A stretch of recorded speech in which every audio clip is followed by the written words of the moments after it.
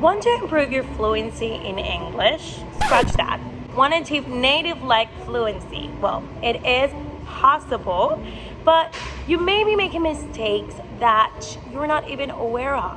So this video, stay tuned, because I'm not only going to reveal those mistakes, but I'm also going to give you solutions, implementable, actionable solutions you can implement right away.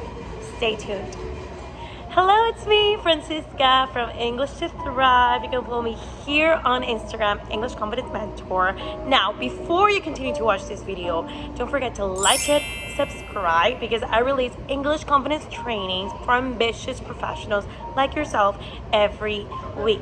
I know some of you have amazing goals in English. Like some of you want to work in an English speaking scenario, move to another country like Canada, the US. Yeah, it happens to a lot of my students. And some of you may be in a company and you're looking for opportunity of professional growth, but you may be making mistakes that are limiting you in your fluency journey. What I don't want for you is that you encounter challenges along the way that you don't know how to overcome. Now, as a non-native English speaker myself, someone who has achieved native-like fluency and has used it for professional growth, like I work as an interpreter from time to time, I have that level of personal freedom that allows me to have opportunities in English and get paid well. Yeah, I'm celebrating a milestone in my life, and I've had to completely healing my depression and anxiety. I'm so excited about that. Believe it or not, I couldn't have done it without English. You need both confidence and fluency to materialize a career opportunity. So let's go with tip number one. Now, mistake number one is thinking you only need conversations every few days or once every few weeks to improve fluency. That is wrong. And by the way, I have a whole video that explains this in depth. You can check it out right here.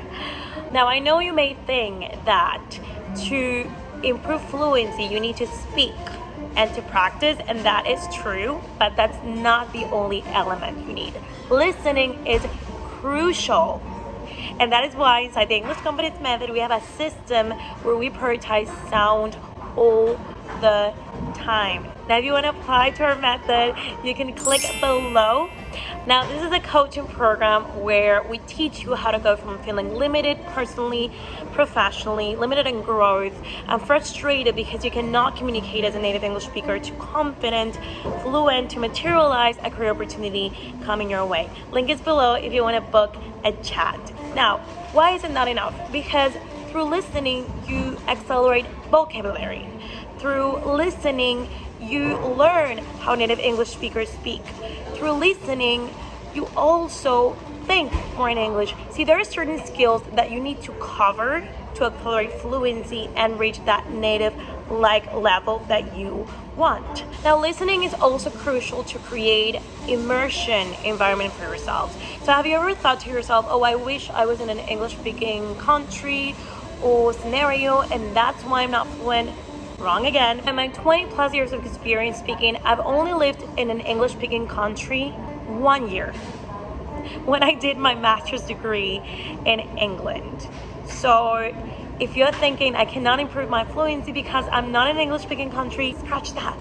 That's not an excuse, because again, through sound, through listening, you can create immersion scenarios for yourself where you can block off time, let's say every day, and you can pretend that you are in an English speaking scenario, and that will help with your fluency as well.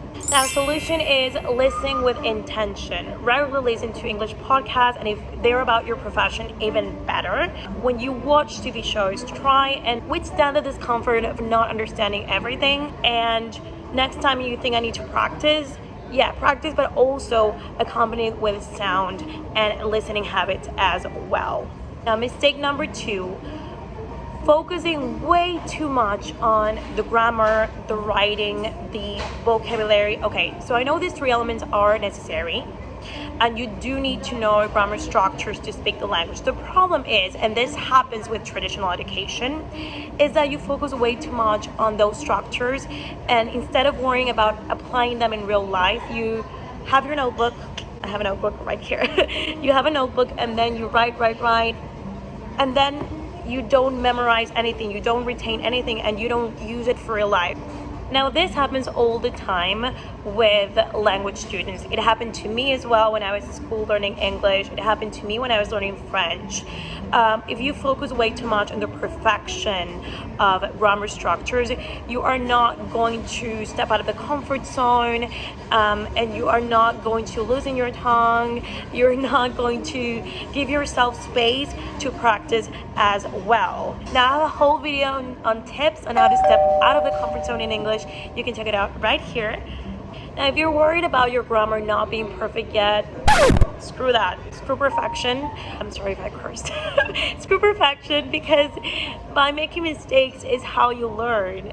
Confidence is all about doing things without feeling ready.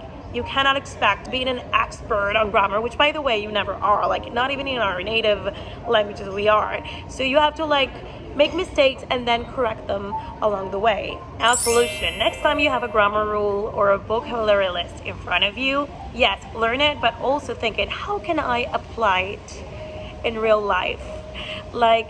How can I, maybe you can look at the vocabulary word and say it out loud. Maybe next time you're in a conversation, remember the grammar rule and apply it. And that is how you're going to improve your fluency. Now, number 3 is, and it goes in line with number 2 a little bit, is avoiding speaking because you're afraid of making mistakes. And no, I understand, especially for professionals, we want to look good. Let's be honest, we want to feel confident. Maybe we're in meetings and we don't want to lose face, as we say in English. We don't want to feel embarrassed, but you need to be courageous, okay? Forget about perfection. We're always going to make mistakes along the way, but the important thing is that you try and that you put yourself out there, and that's how you're going to get better. Remember the saying, practice makes perfect. So if you have a call with a client in English, if you have a meeting, if you have with your boss, if you have a trip, do not be afraid. Feel the fear and do it anyways. Now, us as human beings, we tend to be very logical, and I don't know about you, but I grew up as a perfectionist, and I remember a mentor of mine once said, and I'll name her, Sunny Doozy. I think she said something and I don't know if I'm butchering the phrase right now, but she said something like perfectionism is just pretty procrastination, okay? It is a form of procrastination. Again, we sometimes need to trust our intuition and do things anyway, even if our brain is saying you cannot do this. What I advise you to do in those moments is take a little breather, breathe, and have some compassion for yourself. Reward yourself for just showing up, even if you don't do things perfectly. And again, you can check out the video of stepping out of the comfort zone where I explain this more in depth right here. You need to work on that part of your mindset that maybe is causing you to be afraid of making mistakes, and that is costing you speaking opportunities. Listen, I just did a public speaking thing. You can look on the screen, and it wasn't in English, it was in my native language, but I barely even prepared anything. I'm a big fan of improv. Of course, I had an outline and everything, but I just leaned into the excitement of sharing what I do inside of my program, and of thinking of the human beings that were in front of me. Because sometimes we can also be a little bit selfish and thinking of our egos and all that. And it can help us to think of the person in front of us, of what we want to communicate or what we want to express. So think about that next time you're I'm afraid. Now, solution. Work on your mindset a little bit. Maybe listen to some affirmations that can reprogram your mindset to overcome fear of speaking. Do some journaling. Meditate on what is it that's stopping you from practicing more in English. Listen, feel the fear and do it anyways. Now, before I reveal the next mistakes and their solutions, comment below what has been your experience in language learning in English. Have you made this type of mistakes? Comment below and feel free to share any experience, and I'll make sure that I give you some extra tips. Now, mistake 4 is a lack of consistency and discipline. Now, I've mentioned it a couple of times in this video as well, but fluency is a habit. It's like going to the gym. Like I said it in my talk as well.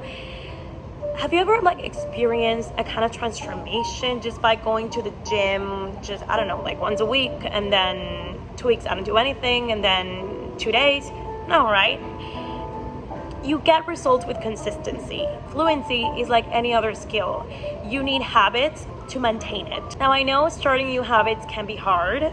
I understand, but once you have the habit, you have the habit. And then once you create a routine for yourself in English, then you start to see the summation of all the effort you've put, and you get results like this one. Because inside of my program, we do teach how to create the habit so that little by little you integrate little practices in English. They can become part of your day-to-day. Because remember that it's about experiencing and living the language, not only studying it. Now, if you're interested in knowing more, again, link below to apply. We only accept a limited number of spots because we want to work with the best students, and we want to work with the best candidates to create true English confidence transformation.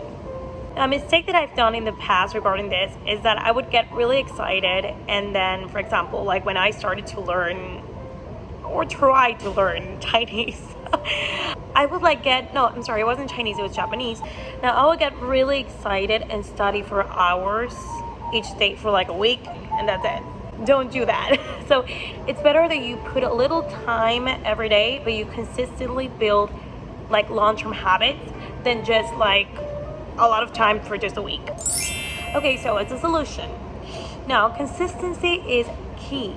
So I'd rather you put just a few minutes every day of little practices in English for a week, and then you can increment, because with gradual increment of time of activities in English, by the way, you can learn more about those habits and activities here in this video. You'll see that you'll become more consistent and more disciplined. And also, and this goes in line with the last mistake that you may be making, know your why. When you have a real motivation, a specific goal that you want to achieve, you're gonna put in the work. Trust me. So mistake number 5 is you don't know your why. You haven't set a specific vision and goal. Okay, let me tell you why this is important. When you have a goal in mind, meaning that you want to get a better job, you want to get a better salary, you want to feel that confidence of being able to say yes to any opportunity coming your way, and that's the common goal of many of my students. When you know that, you are going to put in the work. Trust me, okay? So what you can do is also anchoring in your vision. Imagine it, how would you feel if you become more confident, if you achieve that native fluency, if you don't see English as a limit anymore? Journal on it a little bit. Because I don't know if you know this, and this is by Marie Forleo, but writing your goals makes it 40% more likely to achieve them.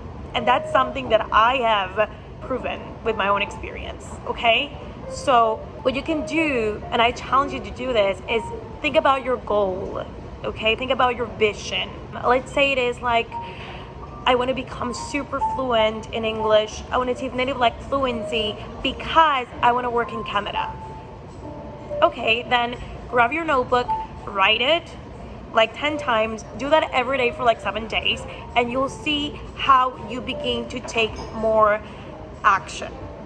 Now, believe me, it is far easier to do the work, to study, to sacrifice a little bit of your time and learning those new words, putting the work if you have your vision and end goal in mind. It will also become more fun. It will become more enjoyable, hopefully, and that will get you towards your goal. So solution, meditate on your why, have that clear goal in mind, And believe me, little by little, it will become easier to put in the work. Alright, so if you've been making any of those mistakes, now you know why you have to avoid them, and now you know the solution. Now, it's much better to follow a plan if you have accountability and if you have a coach and a community around you. So I invite you to apply to the English Confidence Method. We accept limited spots each month, and what you'll do is have a methodology inside a platform that you can do in your own pace and time, so time's not a problem. And of course, you do have to be committed, okay? Because obviously, if you don't do the work inside a program, you won't see results. If you have an end goal in mind, and if you believe in yourself, you are gonna see the results. Click below, book a chat, and we'll let you know if you're a fit to be in the program. Not only will you receive the methodology inside of the platform, but you also have access to a private community and coaching calls with unlimited support so that you can feel supported in your English confidence journey. So this is for you if you are committed to achieving native like fluency. Not only that, but also increasing your self-confidence as a communicator in English and materialize a career opportunity coming your way. Okay, so link is below. Alright, so now you know what to do. Take action. And before we end the video, like it so we can reach more people in the algorithm, subscribe, and you can watch this video in smart ways to improve your English speaking skills and this fluency action plan that you can implement in 20 days. See you in the next video.